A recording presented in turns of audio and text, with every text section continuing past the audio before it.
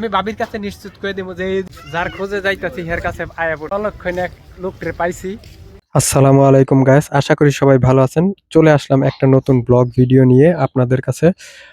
আপনাদের উদ্দেশ্যে আসলে কি বলবো, আপনাদের মাঝে অনেক সময় অনেক ভিডিও দিয়ে থাকি। আজকেও আর একটা সুন্দর একটা ভিডিও নিয়ে আসছি, আশা করি আপনাদের ভালো লেগে থাকবে। তো আমি এখন চলে যাচ্ছি আমার এক বন্ধুর কাছে। বন্ধু আমাকে খবর দিয়েছে যে বন্ধু আমি একটা পেজ খুলছি, সেই পেজে স্টার সেটআপ আসছে, তুমি চলে আসো একটু আমার ভিডিওটা দেখবা। তা আমি যাওয়ার জন্য বের হয়েছি হুসেন ভাইয়ের সাইকেলটা নিয়ে। এটা আমার আসলে খুব পছন্দের একটা সাইকেল, তাই আমি প্রতিনিয়ত কোনো জায়গায় গেলে হুসেন ভাইয়ের কাছ থেকে সাইকেলটা নিয়ে যাই। তা আমারও সাইকেল চালাইতে আসলে ভালো লাগে। তো আমি যাচ্ছি, রাস্তাটা আসলে খুব একটা ভালো ছিল না। দেখেন পিছন দিয়ে দেখতে পারবেন আপনারা যে রাস্তার যে অবস্থা। কিন্তু কি করব, সেখানে যাইতে হচ্ছে। আস্তে, আস্তে মাঝে, মাঝে যাচ্ছি, মাঝে, মাঝে ভিডিও করতেছি এবং মাঝে, মাঝে সেই ভিডিওগুলা করার চেষ্টা করতেছিলাম। তো আসলে রাস্তার মাঝে, মাঝে আমি দাঁড়াইতেছিলাম। এর কারণ হলো রাস্তাগুলো অনেক ভাঙা ছিল। তো চলে আসলাম আমি বিগ বসের মোড়ে। তা আসার পরে এখন দেখেন আমি যাচ্ছি আর ভিডিও করতেছি। যে সামনে চোখে পড়ে গেছে আমার এক কলিগ শাহাদাত ভাই।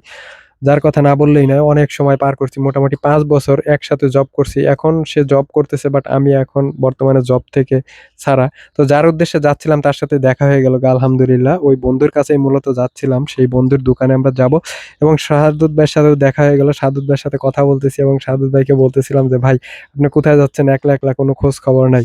তো অবশেষে শাহাদুত ভাই বলল যে, "আপনি তাহলে কথা বলে আসেন আর আমি চলে যাই।" তা বিগ বস অ্যাপটেক্স গ্রুপ বিগ বসের সামনে চলে আসলাম এবং এটা মূলত ২ নং ওয়ার্ড ভবানীপুর এবং কুচপাড়ার সামনে অবস্থিত।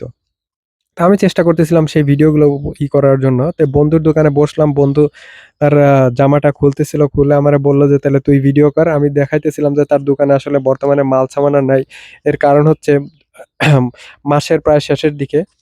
যার কারণে দোকানে মাল সামানা নাই। বন্ধুর মোবাইলটা হাতে নিলাম এবং দেখতেছিলাম যে আসলে কি অবস্থা। তো ঢুকে দেখি যে আসলে বন্ধুর স্টার সেটআপ আসছে এবং কিছু সমস্যা ছিল, যেই প্রবলেমগুলো সলভ করে দিলাম। অবশেষে চলে গেলাম আবার শাহাদুত ভাইয়ের কাছে। শাহাদুত ভাই দোকানে বসে চা খাচ্ছিল এবং আমাকে বলতেছিল যে, "ভাই এই ভিডিও কইরেন না, ভিডিও করা যাবে না। তো আমাকে ভাইরাল করার দরকার নেই।" আমি বলতেছিলাম, "ধুর মিয়া কি এর ভিডিও ভাইরাল করা?" কোনোই নাই। আসলে দোকানে বসে চা খাওয়ার একটা মজাই আলাদা।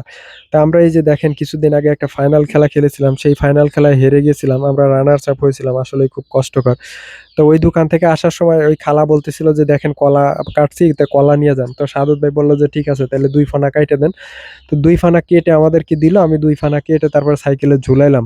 অবশেষে আমরা সাইকেল-টাইকেল নিয়ে তারপরে ২ ভাই হাঁটা দিচ্ছিলাম যে বাসার উদ্দেশ্যে। এই যে দেখেন সাইকেলে ঝুলাইয়ে নিয়ে আসতেছিলাম। তো ভিডিওটা কেমন লাগলো অবশ্যই আমাদেরকে জানাবেন। ধন্যবাদ সবাইকে, ভালো থাকবেন।